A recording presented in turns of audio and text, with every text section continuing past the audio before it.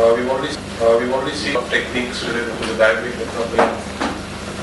Over a period of years, whenever we operate these cases, we look at a lot of techniques which are brought out by a lot of people. I think there's not one technique which works for all kinds of cases, and we keep using all kinds of techniques to customize it for a particular patient. That's what I've learned over the years. So I'll just take you over a few assortment of cases where we use different sort of techniques to tackle different situations. Now, this is a classic situation of a large submacular hemorrhage over the macula, which is blocking the vision, and of course it's an untreated diabetic retinopathy. So it's a straightforward procedure where you do a vitrectomy, remove the submacular blood, which is usually liquefied in this particular position under the hyaloid, which is fortunate, usually never clot in this place.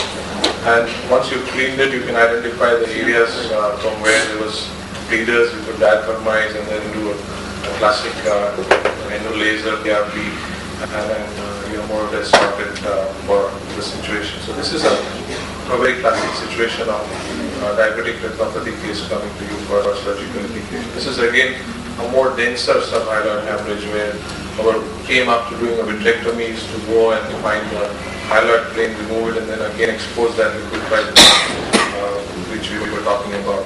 So here, once we clean up the vitreous, we are identifying the hyaloid and pulling at this. And here you see that sometimes it's a more thicker and more adherent as compared to some other situations where it simply just comes off. And here it gives a feel of getting a bit loose from the layer below, but it still does not expose the underlying blood. So it's probably still not the absolute rim of the hyaloid, and you're probably just segregating membranes within the sheets of the vitreous, which have indicated because of the density of the blood over a period of time. And now, after that, you approach, this is the true hyaloid which comes out, and it has to be done under the watchful kind of a consideration around the area that you pull, because sometimes the extent of hyaloid in the periphery can suddenly pull off and form large breaks and hemorrhages. So this is a maneuver you need to do, especially nowadays we use wide-angle systems. So you do have a good view, fairly good view of things around the area that your field of view is located, and so that you can take care of the peripheral situation. Once it's exposed, you can see that it comes off easily because it's liquefied, as we talked about, and then identify the bleeders and do a good laser as a more finite treatment in these cases. And then, of course, you have these patients who have vitreomacular traction or sheets of membrane, which Dr. Arnold showed to how with the new generation of cutters, you can actually, instead of trying to peel, you can actually make inways inside these membranes and try and relax these areas and find a good plane with the cutter itself, instead of trying to pull everything with the forceps in these processes. So these are different ways where different situations of the thick sheets of hyaloid which cause traction, as well as they cause membranes in between. So this is the way that nowadays we manage, instead of using a forceps to kind of peel the whole area.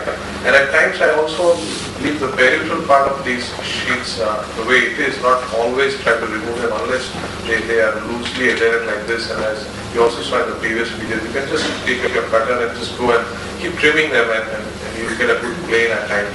But at times you'll be stuck with strong adhesions, so there it's better to just segment and leave a small stump rather than trying to peel off totally from that area. So these are just some pre and post of these peeling cases, and here there was an adherent sheet which, as you see, I've left, and we just follow it up because our main aim is to make the visual axis clear, and as long as it's fibrous and stabilized, it should be fine. And then you have this thick traction which is just temporal to the fovea, which is very strong, and here you should be careful while approaching that. So you kind of go and create inlays between the hyaloidal sheets as well as the adhesions, and not go and pull out all of the attachments. So keep on segmenting all the attachments, isolate them, and then tackle each of them. Some of them you can just cut up to the rim and just leave a small stump, which will be later diaphragmized if it's bleeding. So you assess with a mild vacuum how it's responding. At times these sheets just come off with your cutter, at times they won't, and then you can trim them. Then you see that the macular traction has to be also tackled. So here we remove the island sheet which was still there as a part of the traction. Because the traction was so close here, there's still a residual fold which is there from the stiff proliferation which was posterior. Now this is usually something which is atypical. Usually a dense fibrovascular proliferation never comes out so close to the fovea. They're usually attached to the arcade. But there are some cases where you might find a very posterior attachment of fibrovascular tissue which is there. And then there is chronic cystoid edema which is not responding to your line of intravitreal injections and all that. So they sometimes need surgery, and here you see there is a membrane which is probably the cause of chronicity of the membrane, so of the edema. So we first go and peel off the membrane with a forceps and identifying any of the edges. And once you have an edge, it is easy for you to take it off circumferentially. Once you've done that, there's at times even an iron underlying it which is also thickened, and you need to identify that if possible. But I don't always go and try to look for an iron in these cases. If I have a membrane which I see, I just peel it off and give an intravitreal anti-VEGF injection, which would usually take care of the edema in most situations. And then you have this proliferations which is spanning over the fovea, and here you can go and tackle it directly. And here I sometimes use the technique by Praveen Dugar, who has taught us that why don't you use proportional reflux, which actually expels fluid. So you sneak in your cutter tip underlying this membrane between the retina and the membrane, and then reflux it so that the fluid is squirted out, and it actually helps you create a plane. Then again cut whatever plane you identified. As you can see, there is some spillover of some of the tissue which comes out when you expel, which is typical because whatever you are aspirating in the tubing tends to get expelled a bit when you reflux. And it helps you create this plane very passively instead of going and doing it with the forceps. So this is another way that I many times use if I have a loosely adherent membrane, not extremely loose, but you have something which is stuck but can be very easily delaminated just using a fluid burst from there. So as you kind of sneak in more and more, you will get a nice plane, and then you can keep cutting, segmenting, and then finally you target just leaving a small stump at all these planes. So your aim is to segment it up to the maximum adhesion where you feel that it's not going to be. So just leave that, leave a stump like that. So this is the way that I follow in most of these cases. And of course, most of us are now using preparatory avastin for such florid cases.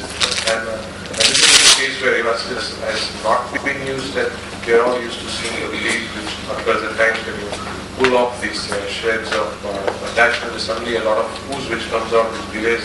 You have to go back, aspirate, raise pressure, do a lot of things. So once you have treated it with anti-VEGF, a case like this where, as you see, the prawn has already become avascular because we treated it a few days back with anti-VEGF, then you can just go and cut and it will not bleed. Even if it bleeds, it's less profuse and gives you a lot more time to get your situation. These are some pre and post situations of cases, and we recently published some data related to the TRDs with the avastin as well as incidence of bleed following 23 gauge epidural as compared to the 20 gauge that we used to see. And then of course the chandelier use, as and when you feel that the cutter alone is not going to take care of the traction, if it's too intense and you need two hands, you could use bimanual, and so the chandeliers are very useful. Although the use, the requirement is getting less and less, and that's again because of the same reason that the cutter takes care of a lot of things which in the past we used to rely on two hands to do it. But still there are situations where I would use it where I feel that I don't have good control just with the cutter, and I would create more breaks. So you can use forceps or a pick in one hand and the cutter in the other. And then the concept of inside out and outside in the past we've dealt with a lot. A lot of people say do an outside in, a lot of people say inside out. And I think I've done it in a lot of cases both ways, and have successes and failures with each in certain cases. So as I said, always try an approach of trying to clean up all the vitreous and then try to see if I can get an outside approach, if I can find the edge of the sheets of membranes which are there. And once you clear up all this hemorrhage and then approach, there are times and cases where you get this edge of a sheet where you're able to kind of pull the whole thing off. And then as you see with the clearing up, finding an edge, using a bit of vacuum, you can actually see that the whole sheet is loosely adherent and got this whole fibrous element, but it is not thickly adherent and has got some membrane blood which you can aspirate as you clean up. And so circumferentially, as you see, we've managed to find the plane and gradually with vacuum and cutting, you just step by step go and kind of you can remove the whole thing quite well. So here an outside-in approach has worked efficiently, but I don't think there is a fixed method. I would say that I use an outside-in methodology for all cases. No, because there are a lot of cases where I don't find a good edge, and if I dare try to attempt this, I create a lot of breaks and I end up with a lot of problems. So here finished removing that whole membrane. Of course, there's some bleed which has to be cleared eventually, diathermized and laser as a more final treatment. So here the outside-in method works. Well, a case like this where I at first was wanting to identify this outside area where after cleaning the vitreous, even use pancinol to identify the exact place, because at times you see the vitreous in the periphery where it's attaching, you can find those planes and then try to pull at it. But see here, I can't find a good plane. And I've come from the periphery and come up to the center where I go. So now I start right from the center, right over the disc and try and find a plane here. So you need to modify your approaches. At times you will find the plane creation much better from inside out, and at times you will create it. So don't jump to a conclusion based only on a fixed thing which is there. Sorry, this keep there. And lastly, another case where sometimes you have a bleeding which goes, which increases when you are feeding, and you need to take care of that. So here is a case again with a diabetic fractional detachment which is there.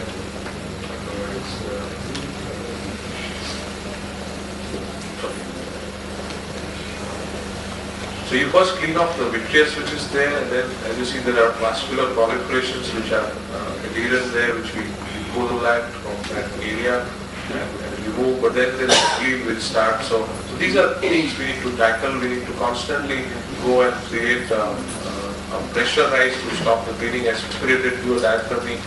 Because if you let the bleeding go on, then it just messes up our view and you waste a lot more time trying to just sort that out. So these are some of the assortment of cases I thought that we face probably. And as I said, I don't follow a fixed technique, to rather to modify it, because so many people have wonderful technique, use things. And I would just like to invite all of you for the EVRTP meeting, which is in March. We would showcase some live surgery, and Manish Nagpal would be there with us to also update us on the artist.